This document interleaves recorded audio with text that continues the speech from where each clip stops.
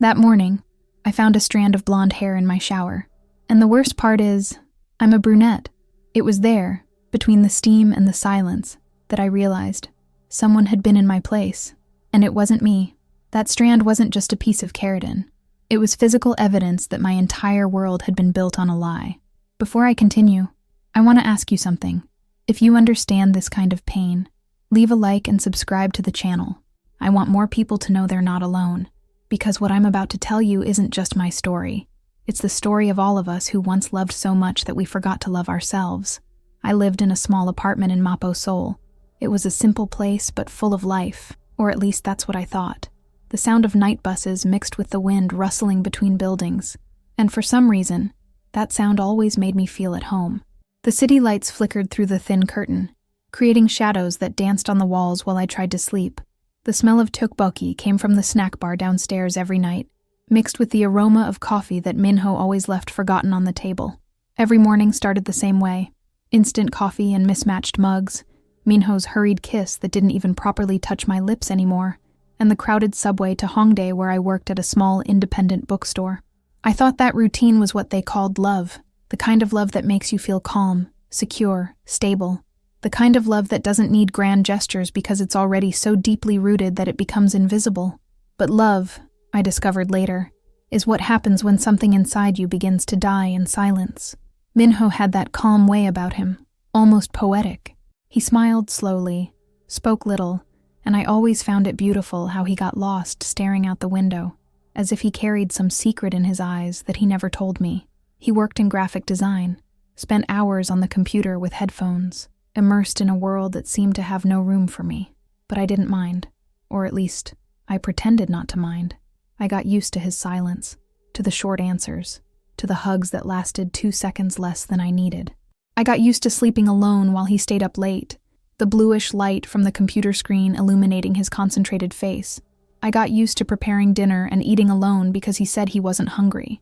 I got used to being less than I deserved and calling it mature love. For 3 years, I lived believing we were one of those couples that time doesn't break. Until that day. The blonde hair was there, stuck in the shower drain, shining like a voiceless confession.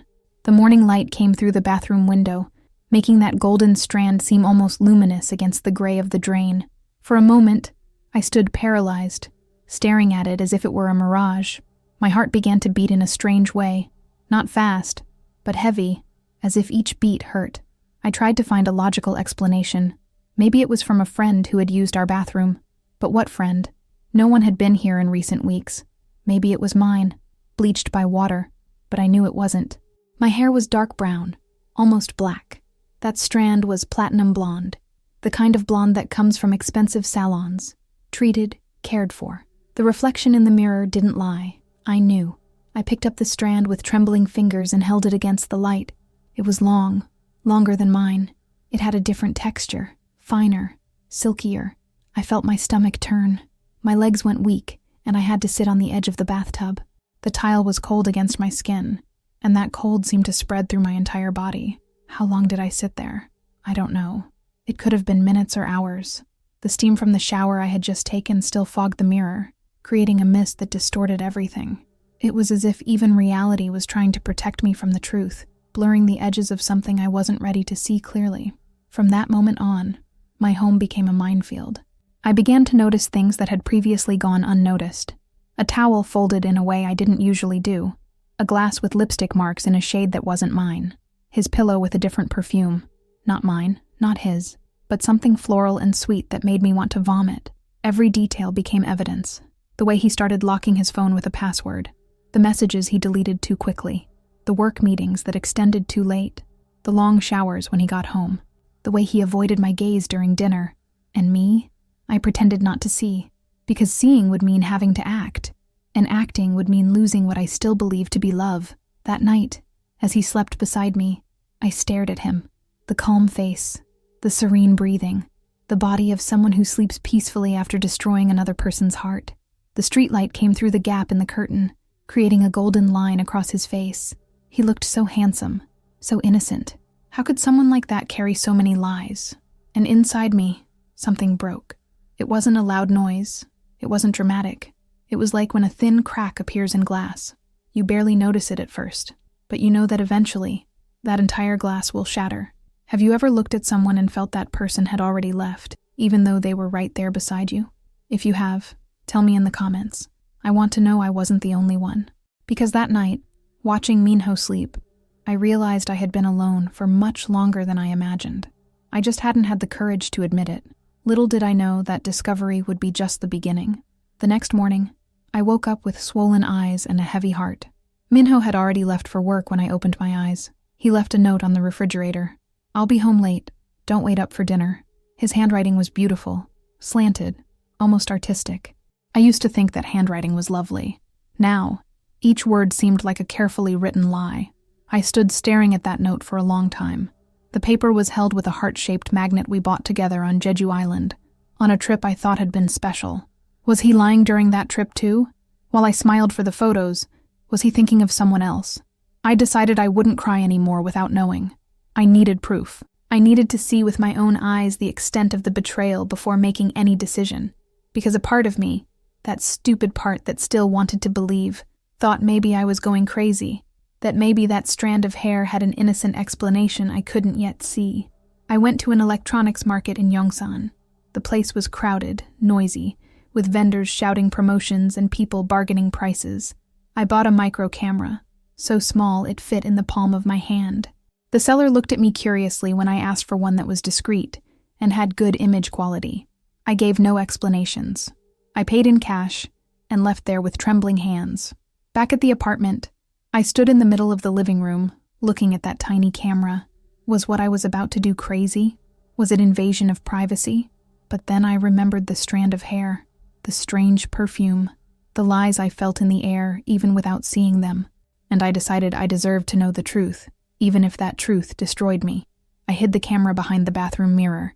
It took me almost an hour to find the perfect angle, one that captured the entire bathroom without being too obvious. I tested it several times, checking the image through the app on my phone. When it finally looked good, I felt a strange mixture of relief and nausea. That evening, when Minho arrived, I acted as if nothing had happened. I prepared his dinner, bibimbap, his favorite dish. He ate in silence, scrolling on his phone while chewing. I watched him from across the table, trying to memorize every detail of his face. What would it be like to no longer have that face in my life? What would it be like to wake up in a place where he had never been? "I'm going to visit my mother in Busan this weekend," I said, trying to keep my voice steady. "She's not feeling well." Minho looked up from his phone for a second. "Okay. How long will you be gone?"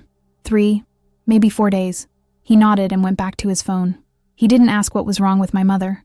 He didn't offer to go with me. He showed no real concern. And in that moment, looking at the top of his head while he scrolled the screen with his finger, I wondered when exactly he had stopped caring about me, or had he ever really cared. On Friday, I packed a small suitcase.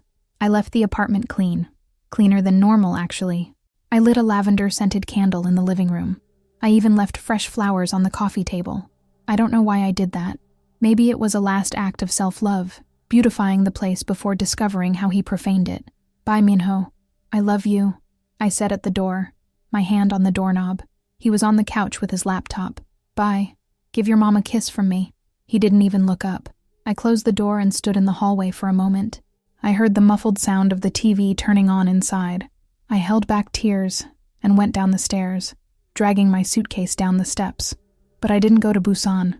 I went to a cheap motel a few blocks from home. The place smelled of disinfectant and had moisture stains on the ceiling. The bed was hard, the sheets rough, and the street noise came through the thin window. But none of that mattered. I barely noticed where I was. For 3 days, I stayed in that cramped room. My heart felt like a drum inside my chest, beating so loud I was sure guests in neighboring rooms could hear it. I barely ate. I bought kimbap from a convenience store on the corner and forced a few pieces down, just so I wouldn't faint. I barely slept. I lay staring at the ceiling, counting the stains, imagining what was happening in my apartment. With each phone notification, I thought it was him. And every time it was just spam or a work message, I felt a mixture of relief and disappointment. Part of me wanted him to miss me, wanted him to call desperately, asking when I'd return, saying the house was empty without me. But the phone remained silent, except for unimportant notifications. On the first day, I resisted the urge to check the recordings. I told myself I needed to give it time, that maybe nothing would happen, and I was being paranoid. I tried to read a book, but the words danced on the page without making sense. I tried to watch TV, but all the dramas seemed to mock me with their stories of perfect love. On the second day, the anxiety was so intense I could barely breathe properly. I walked around the block several times, always avoiding passing near our building. I bought coffee at 4 different places, just to have something to do. I sat on park benches, watching couples pass hand in hand, wondering if any of them also hid secrets like this. But that night, everything would change. On the third night, I couldn't take it anymore. It was 2 a.m, and I was lying in the motel's hard bed, looking at my phone glowing in the darkness. My fingers trembled over the screen. Part of me didn't want to know, wanted to go home, pretend nothing had happened, continue living in the comfortable lie. But the other part, the part that had found that blonde hair, the part that deserved the truth, opened the app. There were several recordings saved. My heart raced. With trembling fingers, I clicked on the first one, from Friday night, a few hours after I had left. The first few minutes showed nothing, just the empty bathroom, the light on, everything as I had left it. I fast-forwarded the video. Then, at 10:47 p.m., the door opened. Minho entered. So far, normal. He went to the sink, washed his hands, looked in the mirror. Then he pulled his phone from his pocket and typed something. He was smiling, a smile I hadn't seen in months. Wide, genuine, the kind of smile that lights up the entire face. My stomach turned. He left the bathroom. The recording continued empty for a few more minutes. Then, at 11:15 p.m., the door opened again, and she entered. A woman with platinum blonde hair, wearing a white blouse and jeans. She was beautiful, the kind of beauty you see in magazines, polished, perfect. And she was in my bathroom, touching my things, playing with my shampoo, opening my medicine cabinet. I froze. Then Minho entered behind her, and what I saw next made me pause the video immediately. He kissed her. It wasn't a quick kiss. It wasn't an accident. It was the kind of kiss you give to someone you've known for a while. Familiar, comfortable, intimate. His hands on her face, her hands in his hair. The way he pressed her against the sink, my sink, as if that place was his to do whatever he wanted with. I paused the video. My vision was blurred. I couldn't breathe properly. The motel room spun around me. I got up from the bed stumbling, tripped over the suitcase, and ran to the bathroom. I vomited. There wasn't much in my stomach, so it was mostly bitter bile that burned my throat. I stayed there, kneeling on the cold floor, hugging the toilet of a cheap motel, crying so hard my entire body shook. How could he? How did he have the nerve? I crawled back to the room, dragging myself to the bed. I wiped my face with the rough sheet, but the tears kept falling. I picked up my phone again. I had to see the rest. I had to know how far the betrayal went. I clicked play. The video continued. I saw things no woman should have to see. I saw the man I loved treating another woman the way I thought he treated me. I saw intimacy. I saw affection. I saw laughter, the kind of sound that cuts deeper than any knife. At one point, she said something I couldn't hear properly through the camera's audio, but I saw Minho respond. I saw him say, while running his hand over her face, "She doesn't suspect anything. She's always like that. Very naive. Naive." That word hit me like a punch to the stomach. It wasn't just betrayal. It was contempt. It was mockery. I wasn't just the cheated-on girlfriend. I was the joke. I closed the video. I couldn't watch anymore. I threw the phone on the bed as if it burned. I sat there, hugging my knees, rocking back and forth as the world collapsed around me. The reflection of the phone screen showed my face, and I almost didn't recognize myself. My eyes were red and swollen. My face was pale. My hair, which I hadn't even combed properly in days, was stuck to my wet cheek with tears. I looked like a ghost of myself, and maybe I was, because the woman I was 3 days ago, the one who thought she had a solid relationship, a planned future, a forever love, that woman had just died. I cried until my throat hurt, until I had no more tears, until the sun began to rise outside, painting the sky pink and orange through the dirty motel window. And in the middle of the crying, one question repeated inside me like a mantra. How could he turn our home into a scene of betrayal? That apartment had been our nest, the place where we shared dreams, where we made plans, where I thought we were building a life together. Every room had memories: the kitchen where we cooked together on Sundays, the living room where we watched movies embracing, the bedroom where I thought we made love. But now I realized that, at least for him, it was just physical comfort, and he had brought another woman there. He had kissed another woman in our bathroom. He had profaned every good memory I had of that place. How does someone do that? How does someone look into the eyes of the person they love, or say they love, and lie so easily? But there, sitting in that motel room as the sun rose, I realized something. I had been asking the wrong question all along. The question wasn't, how could he do this to me? The question was, how did I let someone do this to me? Because the signs were all there.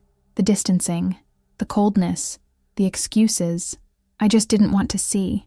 I was convenient with myself, thinking love meant accepting crumbs of affection, thinking being a good girlfriend meant not questioning, not bothering, not demanding the minimum of respect. I had become invisible in my own relationship. And when you disappear to others, you eventually start disappearing to yourself too. But that morning, watching the sun rise over Seoul, I made a decision. I wouldn't be invisible anymore. I wouldn't accept crumbs anymore. I wouldn't live anymore in the shadow of anyone's contempt. Have you ever had to choose between staying with someone who hurts you or being alone for the first time in years? If you have, write it down below. Because that choice, that decision to choose yourself even when it's scary, is the hardest and most important one you'll make. On Saturday morning, I returned to the apartment before he arrived. I used my key silently, half expecting to find her still there. But the apartment was empty. Everything was still as I had left it. The candle burned halfway, the flowers starting to wilt on the table, the smell of lavender mixed with something heavier, sweeter, her perfume. Everything was still the same, and at the same time, everything was completely different. I walked through the apartment as if it were a museum of my own life, his coffee cup still on the coffee table, with a lipstick mark that wasn't mine, our photo on the counter, me smiling, so happy, so blind. The couch cushion crumpled the way it gets when two people lie there together. Each object was a new stab, but I was no longer the same woman who left there 3 days ago. That woman had died in a motel room, watching recordings of her own betrayal. The woman who was there now was someone new, someone I didn't know well yet, but who already knew one thing. I wouldn't accept being treated as a second choice anymore. I went to the bedroom. I took my large suitcase from the closet and began putting my things inside. Clothes, books, the picture frame with my mother's photo, the mug I received as a birthday gift from my best friend, the skincare products I had saved so carefully. I was almost finished when I heard the key in the door. My heart raced. I took a deep breath. It was time. Minho entered the apartment whistling. When he saw me in the living room with the suitcase, he stopped. The whistle died on his lips. "You're back already?" he said, and had the audacity to seem surprised. Not guilty, just surprised. "Yes, I'm back," I replied, keeping my voice firm even though my hand trembled around the suitcase handle. "So your mother is better then?" For a moment, I considered keeping up the farce, inventing that, yes, my mother was fine, leaving there without confrontation.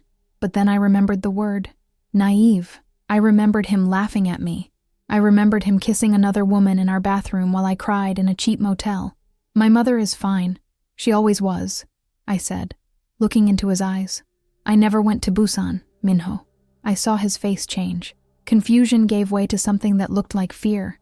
"What do you mean? You said—" "I said many things. Just as you said you loved me, said we were forever, said I was the only one." My voice was getting louder, but I didn't care. But I discovered something these past few days. I discovered that words mean nothing when actions say the opposite. "What are you talking about?" He tried to approach, but I took a step back. "I'm talking about the blonde hair I found in the shower a week ago. I'm talking about the messages you delete. I'm talking about Friday night when you brought her here." His face went white. Don't lie anymore, Minho. At least give me the respect of not lying now." I took my phone from my pocket and threw it on the coffee table. I saw everything. I installed a camera in the bathroom. I saw you two. I heard you call me naive. The silence that followed was deafening. He stood there, looking at me as if I were a stranger, and maybe I was. Because the woman he knew, the one who accepted anything, who never questioned, who was always convenient, that woman no longer existed. "How long?" I asked, my voice coming out more broken than I wanted. How long have you been cheating on me? He ran his hand over his face. It's not what you think. How long? I shouted, and it was the first time in 3 years I raised my voice to him. 6 months, he answered quietly, avoiding my gaze. But I was going to end it with her. I swear that. End it with her? I let out a humorless laugh. You don't understand anything, Minho. You're not going to end it with her. You already ended things with me. I grabbed the suitcase handle. My legs trembled, but I kept walking toward the door. Wait, he said, and for the first time I heard something that sounded like desperation in his voice. We can talk. We can work this out. I made a mistake, but a mistake is forgetting to buy milk, I said, stopping at the door but not turning to look at him. A mistake is being late. Cheating on someone repeatedly for 6 months isn't a mistake. It's a choice, and you chose her over me every day for half a year. I love you, he said, and those words that once made me float now made me feel nauseous. No, you don't, I replied, finally turning to look at him one last time. You love the convenience I represented. You love having someone who cleans your mess, who prepares your food, who's always available while you do whatever you want. But that's not love. It never was. I took the camera from my jacket pocket and placed it on the entrance table. Beside it, I left a note I had written at the motel. You don't need to lie anymore. I saw everything, and I saw who I had become because of you. Thank you for setting me free. Don't go, he said, and it sounded less like a request and more like an order. As if even now, even after everything, he still expected me to obey. But I was no longer that woman. I'm already gone, I said, and opened the door. I left without looking back. The building hallway looked different. The same fluorescent lights, the same slightly peeling wallpaper, the same worn carpet. But everything seemed new. Or maybe it was me seeing with new eyes. The suitcase was heavy, pulling my shoulder down, but my chest was lighter than it had been in months. Years, maybe. I went down the stairs, 5 flights, dragging the suitcase behind me. Each step seemed symbolic. Each step took me farther from him, farther from the woman I had been, closer to who I could become. Have you ever had to leave a place you loved? Not because you wanted to, but because staying hurt more? If you have, write it down below. Sometimes putting pain into words is the first step to healing, and I promise, healing comes. Slowly, in small pieces, but it comes. Outside, the air was cold and humid.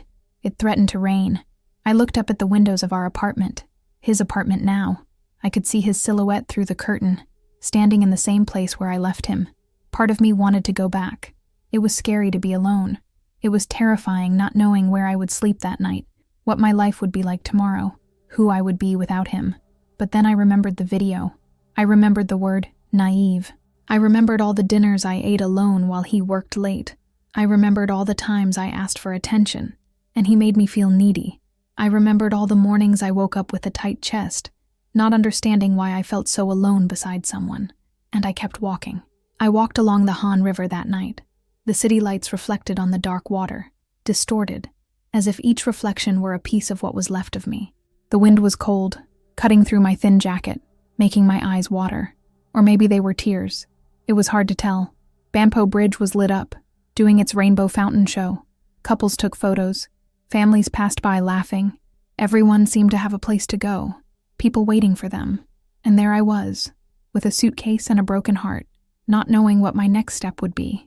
I sat on a bench facing the river. The wood was cold and slightly damp from the mist coming from the water. I took out my phone and looked at the screen.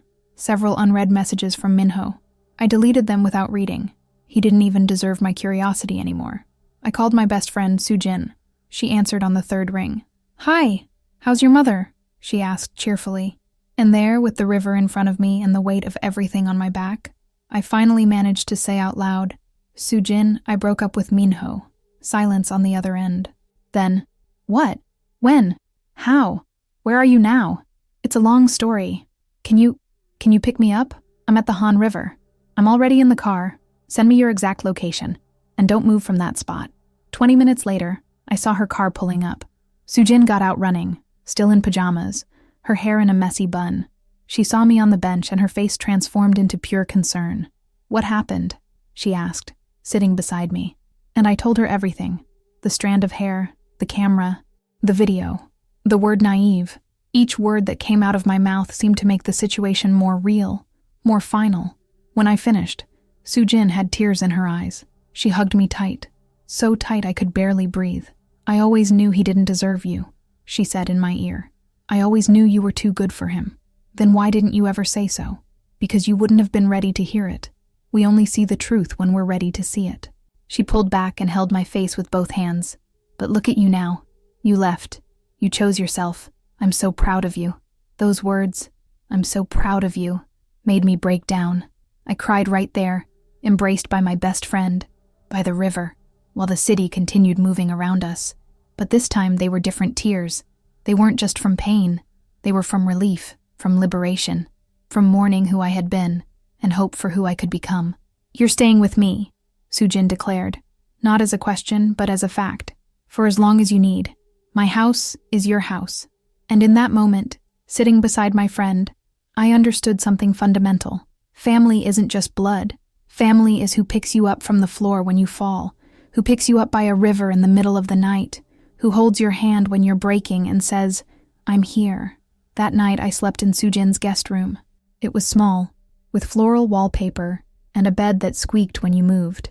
But it was welcoming, safe. For the first time in weeks, I slept without nightmares. But the following days weren't easy.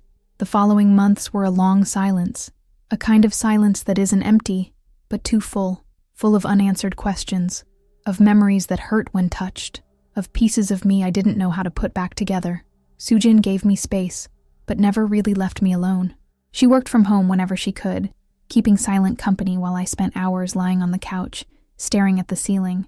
On days I couldn't get out of bed, she came in with a tray of food and sat at the foot of the bed, talking about her day, about work gossip, about anything that filled the heavy silence. There were days I couldn't even cry. I just lay there, with dry eyes and a tight chest, feeling pain so great it didn't fit in tears. There were others when I cried over small things. A song on the radio, a familiar smell on the street, the memory of an inside joke that now had no humor because there was no one to share it with anymore. Minho tried to contact me several times. Calls I rejected, messages I read once and then deleted. He showed up at Sujin's apartment twice. The first time, she sent him away before I even knew he was there. The second time, I saw him through the window, standing on the sidewalk, looking up. I closed the curtain and walked away. He sent me flowers once, red roses with a card that said, "Forgive me. You're the only one I really love." Sujin threw the flowers in the trash before I could get them. "He has no right to show up here," she said, furious. "He has no right to ask for forgiveness after what he did, and you have no obligation to listen." She was right. But there was a part of me, that stupid part, desperate to belong to someone, that wondered if I should give a second chance, if everyone doesn't deserve forgiveness, if love doesn't mean fighting even when it's difficult. It was Sujin who helped me see the difference. "Fighting for love is one thing," she said one night, while we shared a bottle of cheap wine. "But fighting to keep someone who doesn't value you isn't love. It's self-destruction." Slowly, very slowly, I began to rebuild pieces of myself. First were the small things: waking up before noon, taking a shower, eating a complete meal. Each small achievement seemed enormous. Then, I started doing things I had abandoned when I was with Minho. I resumed my membership at the yoga studio near work. At first, I could barely hold the positions. My body was weak, my mind distracted. But there was something meditative about focusing on breathing, on feeling each muscle stretch and strengthen. It was as if, by strengthening my body, I was strengthening something inside me too. I went back to reading. Books that Minho always said were a waste of time. Fiction, poetry, romances that made me feel everything intensely. Each page turned was a small act of rebellion against what he thought I should be. But there were still bad days. Days when I woke up, and the first thing I thought of was him. Days when I saw a man from afar with the same haircut, and my heart raced before realizing it was a stranger. Days when I missed not him exactly, but the idea of him, the security of having someone, even if that someone made me feel alone. It was on one of those bad days that Sujin made me a proposal. "Come with me to Busan this weekend," she said. "I need to visit my parents, and you can see your mother for real this time." The idea of seeing my mother filled me with shame and relief at the same time. Shame because I had lied about visiting her. Relief because my mother always knew how to calm me, even when I was a child having nightmares. I accepted. The train trip to Busan was peaceful. Sujin fell asleep leaning against the window, but I stayed awake, watching the landscape change from urban to rural. Green fields, distant mountains, small villages passing too quickly to register details. Everything changing, transforming, leaving behind what was, just as I was trying to do. I went back to living with my mother for a while. She lived in a small house near the beach in Busan, one of those old constructions with wooden floors that creak when you walk. The smell of the sea, the sound of fishing boats leaving at dawn, and the wind with the taste of salt were what kept me alive in the following weeks. My mother didn't ask many questions at first. She knew me well enough to know when I needed silence, so she let me be, offering me only hot coffee in the morning and home-cooked dinners at night. It was she who finally made me talk, a few weeks later, when she found me crying alone on the porch, looking at the sea. "My daughter," she said, sitting beside me, "the sea is always in motion, always changing. And do you know why?" I shook my head, unable to speak, because staying still would mean dying. Water that doesn't move rots. Do you understand? I understood. Or at least, I began to understand. In those weeks in Busan, for the first time since the breakup, I had space to really feel. I didn't have to pretend to be okay for Sujin. I didn't have to be strong. I could just exist in the pain, let it go through me completely, until eventually it began to pass. It took me a while to eat properly again. Food had no taste. Everything seemed gray. But my mother was persistent, preparing my favorite dishes from childhood, sitting with me at the table until I finished at least half. It took me a while to laugh again. The first time I laughed, really laughed, not just a polite smile, was watching an old Korean drama with my mother. It was silly, exaggerated, completely ridiculous, and suddenly I found myself laughing until tears fell. Different tears, lighter. It took me a while to look in the mirror and see more than a wounded woman. For weeks I avoided my reflection. When I needed to use the bathroom, I kept my eyes down. I didn't want to see what pain had done to my face, the dark circles, the paleness, the dull eyes. But one day, coming back from a beach walk, I passed by the entrance mirror and forced myself to stop, to really look at myself. And you know what I saw? I saw someone who survived. I saw strength where I expected to see weakness. I saw resilience where I expected to see defeat. I saw the beginning of something new in the corners of my eyes. Not happiness yet, but the possibility of it. Until one day, something changed. I was sitting alone in a seaside cafe. It was one of those small and cozy places, with worn wooden tables and mismatched chairs. The huge windows overlooked the ocean, where waves broke in a constant and hypnotic rhythm. I ordered a latte and stayed looking out the window, watching fishermen prepare their boats for the day. There was something comforting about their routine. Waking up early, working hard, going home. Simple, honest, real. The cafe owner, an elderly gentleman with calloused hands and kind eyes, brought my latte personally. He didn't say anything at first, just carefully placed the cup in front of me. But then, as if perceiving something in my face that I didn't see myself, he said, "You know, the sea erases footprints in the sand, but never forgets who learned to swim."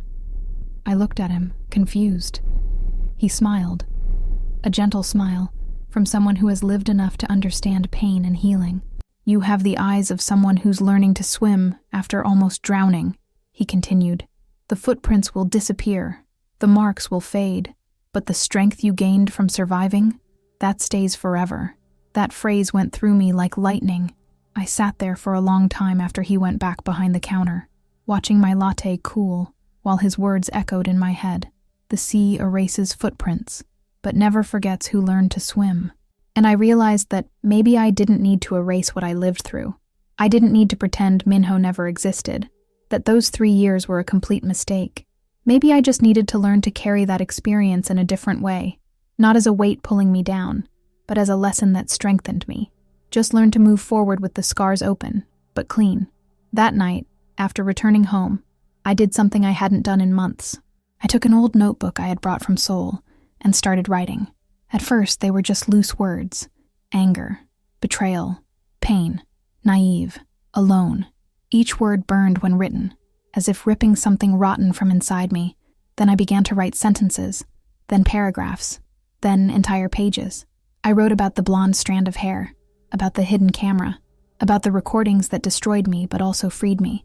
I wrote about the word naive and how it hurt more than the betrayal itself. I wrote about the emptiness of sleeping beside someone and still feeling completely alone, but I also wrote about other things, about Soo-jin picking me up by the river, about my mother preparing my favorite food every night, about the cafe owner and his words of wisdom, about the small moments of healing I had barely noticed happening. I wrote until my hand hurt, until the pages were stained with tears I hadn't even realized I was crying. And when I finally stopped, when I looked at all those words spread across the paper, I felt something I hadn't felt in months. Relief, because those words, that story, were no longer just inside me, suffocating me. They were out. They were on paper. They were becoming something I could observe from a distance, as a witness of my own life instead of a prisoner of it. From that night on, I wrote every day. I began to write about feelings, about losses, about everything I wanted to have said and never said, about all the times I swallowed my voice to keep the peace, about all the times I made myself smaller to fit in the space someone offered, about all the times I accepted crumbs of love and called it abundance. And each word written was a part of me coming back home. It was a part of my voice being recovered. It was a piece of the woman I used to be before I lost myself in someone who never really saw me. I wrote about strength, about resilience, about the difference between loving someone and losing yourself in that someone, about how loneliness can be better than empty company, about how sometimes we need to be broken to understand what we're really made of. My mother noticed the change. "You're different," she said one morning, as we had coffee on the porch. "Your eyes are different." "How so?" "They're more alive. Before it was like you were here but not really here. Now you're back." And she was right. I was coming back. Not to who I was before Minho.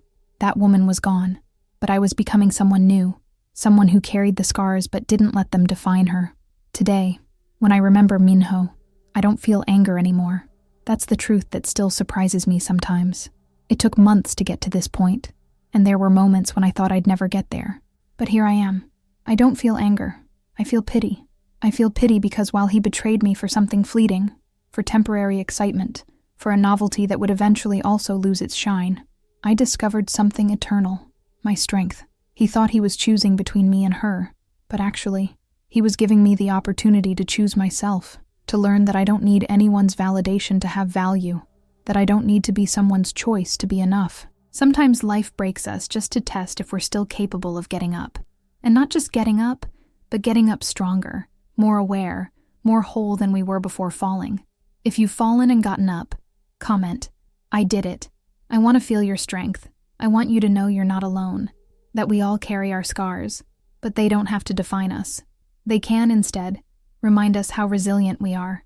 3 months after arriving in Busan, I made a decision. It was time to go back to Seoul. Not because I had forgotten the pain, not because I was completely healed. I wasn't sure if completely healed was even a real destination, but because I had learned something fundamental. Running away from pain doesn't make it disappear. You have to go through it, sit with it, learn its lessons. And I had done that. "Are you sure?" my mother asked, holding my hand while I packed to return. "Yes, I can't run away forever.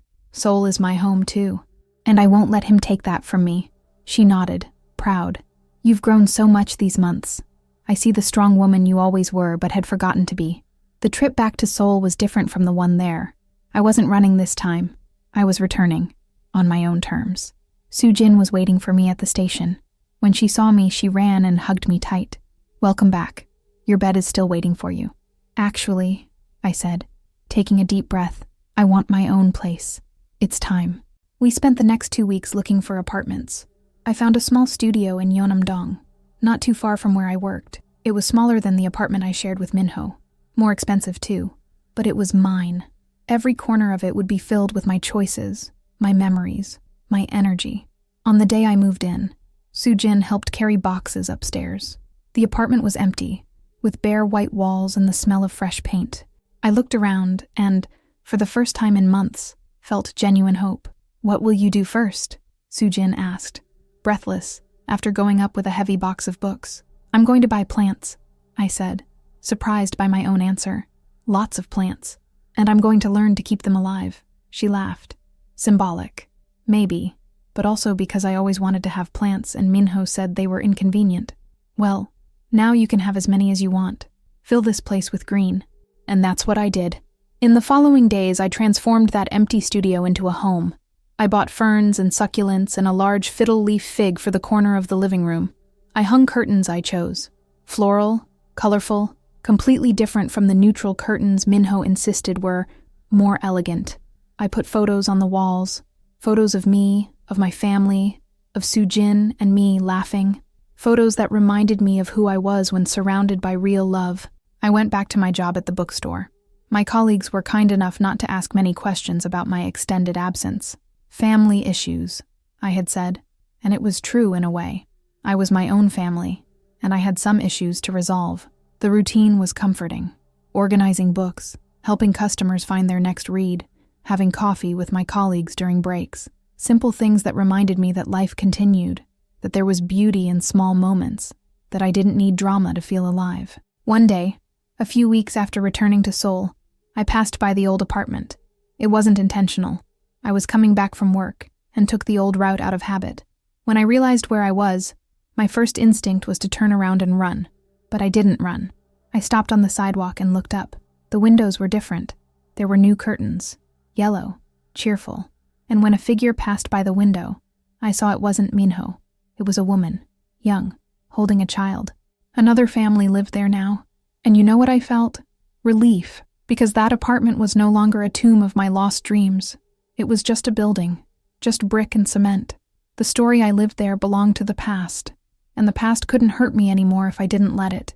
I smiled, because I realized that place was no longer part of who I was. It was just part of who I had been. I crossed the bridge over the Han River that afternoon. It was the same bridge where I had cried the night I broke up with Minho, but today it was different. The sun was setting, painting the sky in shades of pink and orange. Couples walked hand in hand. Cyclists passed quickly, life happening, constantly in motion. The wind was cold, but my heart was calm. I stopped in the middle of the bridge and leaned on the railing, looking at the water that reflected the city lights beginning to turn on. The distorted reflection reminded me of who I was a few months ago, fragmented, broken, unrecognizable, but not anymore. I closed my eyes and took a deep breath. The cold air filled my lungs, making me feel alive in a way I hadn't felt in so long. And I thought, I lost his love, but I gained something no one can take away. Myself. I lost the version of me that accepted crumbs. I lost the woman who made herself small to fit into someone's life. I lost the girl who thought she needed a relationship to be complete. But I gained strength. I gained self-knowledge. I gained the ability to look in the mirror and like who I see looking back. I gained the certainty that I can survive any storm, because I've already survived the worst one. I opened my eyes and looked at the horizon. Seoul stretched around me, infinite and full of possibilities. There was still so much to discover. About the city, about life, about myself. And for the first time since that blonde strand of hair in the shower, I felt something I thought I had lost forever. Hope. Not the naive hope that everything would be perfect. Not the fantasy hope of a fairy tale ending. But real hope. Grounded. That I would be happy again. That I would love again. And more importantly, that this time, I would do it without losing myself in the process.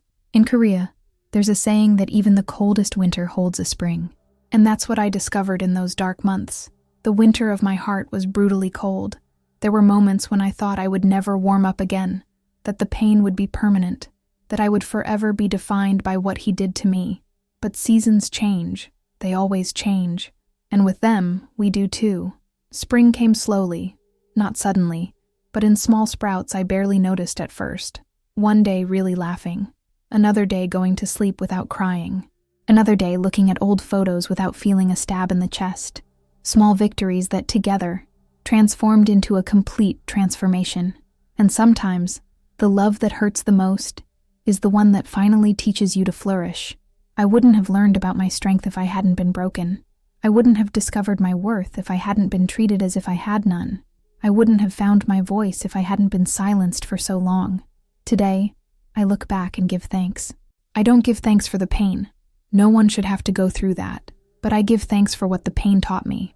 I give thanks for forcing me to grow, to change, to become someone who doesn't accept less than she deserves.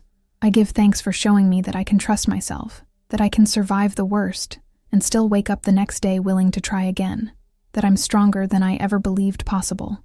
Months passed. Life continued in its everyday beauty. I continued working at the bookstore, watering my plants, which miraculously refused to die, writing in my journal every night. I made new friends. I explored parts of Seoul I had never visited before. I went to cafes alone and didn't feel lonely.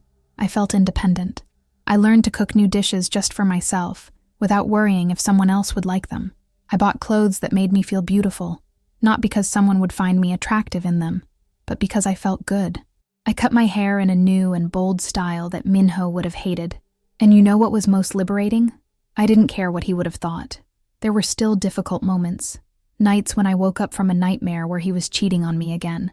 Days when I saw something that reminded me of him and felt a pang of sadness.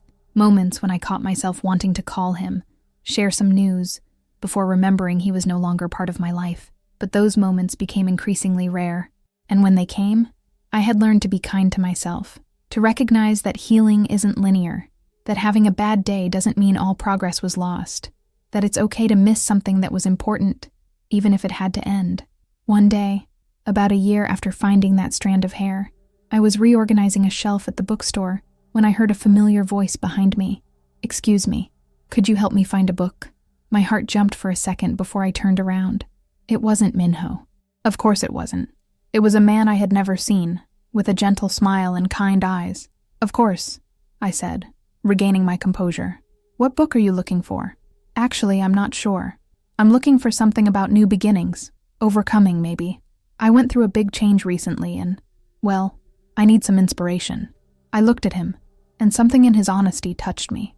"Big changes can be scary," I said, finding myself being more personal than I normally would with a customer. "But they can also be liberating." He nodded, his eyes meeting mine. "You speak like someone who knows that from personal experience." "Maybe I do," I replied, a small smile on my lips. "Come on. I think I have exactly what you need." As I led him through the bookstore, talking about books and changes and new beginnings, I realized something surprising. I was ready again. Not ready for a relationship necessarily, that would come in its own time, but ready to be open, to trust again, carefully, and with healthy boundaries, to believe that not everyone was like Minho, that real love existed, even if I hadn't found it yet. And even if I never found it, I would be happy anyway, because I had learned the most important lesson of all. You don't need another person to be complete. You are complete alone. And when you find someone, it should be because you want to share your completeness, not because you need someone to complete you. That was the difference between who I was before and who I had become. The girl who found that strand of hair was looking to be saved. The woman who was here now had learned to save herself. If this story touched you, leave a heart in the comments and share it with someone who needs to hear this. Because the truth is this: we all go through moments that break us. We all carry scars. But those scars are proof that we survived, that we're stronger than the things that tried to destroy us. And remember, you are enough, exactly as you are. You don't need anyone's approval. You don't need validation from a relationship. You don't need to be chosen by someone to have value. You already have value. You always have. Sometimes we just need to go through fire to remember how resilient we are. The greatest proof of love is when you decide to love yourself enough not to accept less than you deserve. It's when you look at someone who offers you crumbs and say, "No, thank you." It's when you choose temporary solitude instead of company that empties you. It's when you understand that being alone isn't the worst thing that can happen. Losing yourself is. Today, when I look at that period of my life, I see it clearly. That blonde strand of hair in my shower wasn't just evidence of betrayal. It was a gift. A painful gift, yes.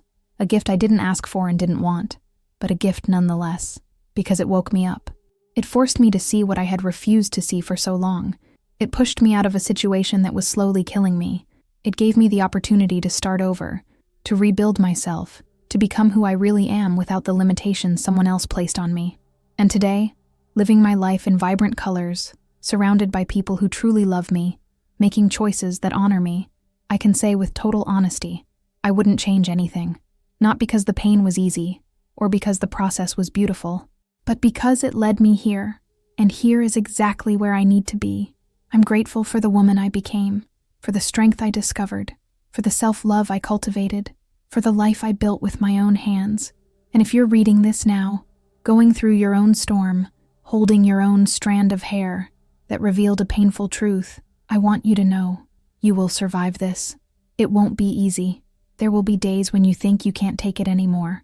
There will be nights when you cry yourself to sleep. There will be moments when you question if you'll ever feel whole again. But you will. You're stronger than you think, more resilient than you imagine. And on the other side of this pain, there's a version of you waiting. A version that went through fire and refused to be consumed, who chose to rise from the ashes and shine even brighter. That afternoon on the bridge over the Han River, a year after everything, I made a promise to myself. I would never again forget my own worth. I would never again let someone make me question my sufficiency. I would never again accept love that made me feel empty. And that's the promise I want you to make too. You are worthy of love that adds, not subtracts.